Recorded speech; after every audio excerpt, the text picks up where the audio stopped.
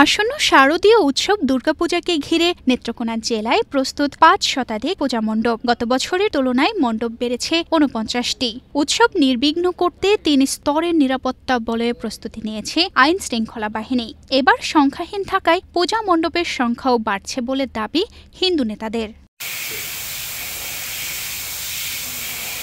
বিভিন্ন পূজা মণ্ডপ ঘুরে দেখা গেছে, প্রতিমা গড়া শেষে এখন চলছে শেষ মুহূর্তের প্রস্তুতি। দেবীকে রং তুলির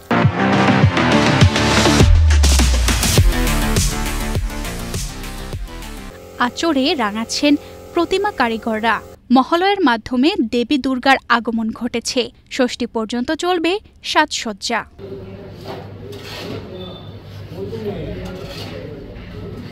এবার নেত্রকোনা সদরে ৫৬টি, নেত্রকোনা পৌরসভায় ৫৮টি, বাইরহাট্টায় ৫২টি, কেন্দুয়ায় ৪২টি, আটপাড়ায় ৩৮টি, কালমাকান্দায় ৫৬টি, দুর্গাপুরে ৬২টি, পূর্বাধলায় ৫৯টি, মোহনগঞ্জে ৩৮টি, মদনে ১৬টি ও খালিয়াজুড়িতে ৩৮টি মণ্ডপে পূজা অনুষ্ঠিত হচ্ছে। শতাধিক পুরনো সাতপায়ের লাবণ্য মাস্টার বাড়ির ব্যক্তিগত লাবণ্য কুটির মণ্ডপের আয়োজক দোলন কুমার সরকার বলেন, এবার হাতিতে এসে দোলনায় চড়ে কৈলাসে ফিরবেন মা দেবী দুর্গা, আর তাই তাদের আয়োজন শেষের পথে। প্রায় ১৩০ বছর ধরে সম্পূর্ণ নিজ খরচে তারা দুর্গাপূজা করে যাচ্ছেন। পাড়া পূজা করতো, এখন আমরা ছেলেরা করতেছি এবং সুষ্ঠুভাবে সুন্দরভাবে করতেছি পূজা, কোনো দিকে অসুবিধা হচ্ছে না। এবার শারদীয় দুর্গাপূজা উৎসব শুরু হচ্ছে। মা দেবী এবার আসতেছে, হাতি আসবে আর দোলায় চলে যাবে।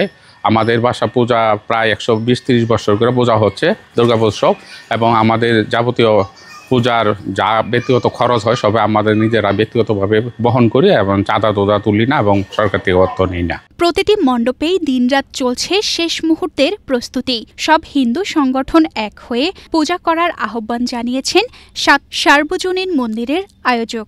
যেটা ঐতিহ্য আছে যে নেত্রকোনা জেলা একটা অসাম্প্রদায়িক জেলা, এবং সেই চেতনা ধারণ করে আমাদের ছোট থেকে আমরা বড় হয়েছি। এখানে পূজা পার্বণ ঈদ কোনো বিষয় না, সকলেরটা সমানভাবে ভাগ করে আমরা সেই সমাজে চলি, এবং এই পূজাটাও একটা সার্বজনীনভাবে পালিত হয়। এরকম যেরকম পূজা হয় একটা, আর একটা আনন্দ কোনো উৎসব মুখর হয় আরেকটা, দুইটাভাবেই আমাদের দুর্গা উৎসবটা পালিত হয়।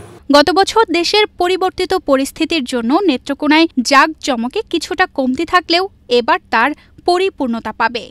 নেত্রকোনা জেলায় ৪৬৫টি দুর্গা মণ্ডপে প্রতিমা দুর্গাপূজা, শারদীয় দুর্গাপূজা অনুষ্ঠিত হয়েছিল। এবছর আশা করছি ৫০০-র অধিক পূজা মণ্ডপে শারদীয় দুর্গাপূজা অনুষ্ঠিত হবে। মানুষের মনে সংখ্যা কেটে গেছে, তাই তারা এই পূজায় তারা আরও উৎসাহ উদ্দীপনা বেড়েছে, এবং যে সাজসজ্জা এবং আনন্দ উল্লাস মানুষের মনে আরেকটু ব্যাপকভাবে দেখা দিয়েছে। উৎসবকে নির্বিঘ্ন করতে অনেক দুর্গম এলাকায় কিছু ঝুঁকিপূর্ণ মণ্ডপের তালিকার কথা জানালেন পুলিশের এডিশনাল এসপি হাফিজুল ইসলাম। কিছু কিছু পূজা মণ্ডপ রয়েছে একটু দূরবর্তী বা দুর্গম, এই বেসিসে কিছু ঝুঁকিপূর্ণ পূজা মণ্ডপের তালিকা আমরা পেয়েছি। যে সকল ঝুঁকিপূর্ণ পূজা মণ্ডপ আছে সেই জায়গাগুলোতে আমরা ফিক্সড ডিউটির মাধ্যমে নিরাপত্তা বিধান করব। পাশাপাশি ক্লাস্টার ওয়াইজ যে সকল পূজা মণ্ডপগুলোতে যোগাযোগ ব্যবস্থা ভালো আছে সেখানে আমরা মোবাইল পেট্রোলিং এর মাধ্যমে নিরাপত্তা ব্যবস্থা জোরদার করব।